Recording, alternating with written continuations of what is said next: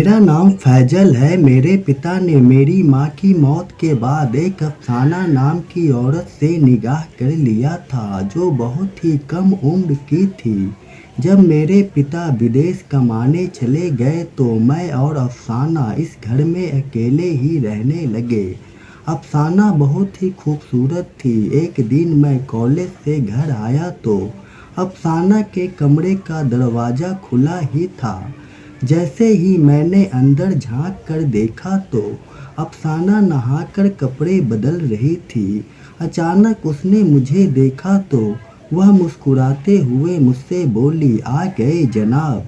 कुछ दिनों से मैं महसूस कर रहा था कि अफसाना मुझसे कुछ ज़्यादा ही घुल मिल रही थी। वे वक्त मेरे कमरे में आ जाया करती थी।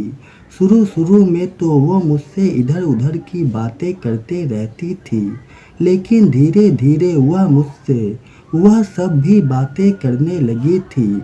मैं उसकी खूबसूरती को देख पागल हुआ जा रहा था।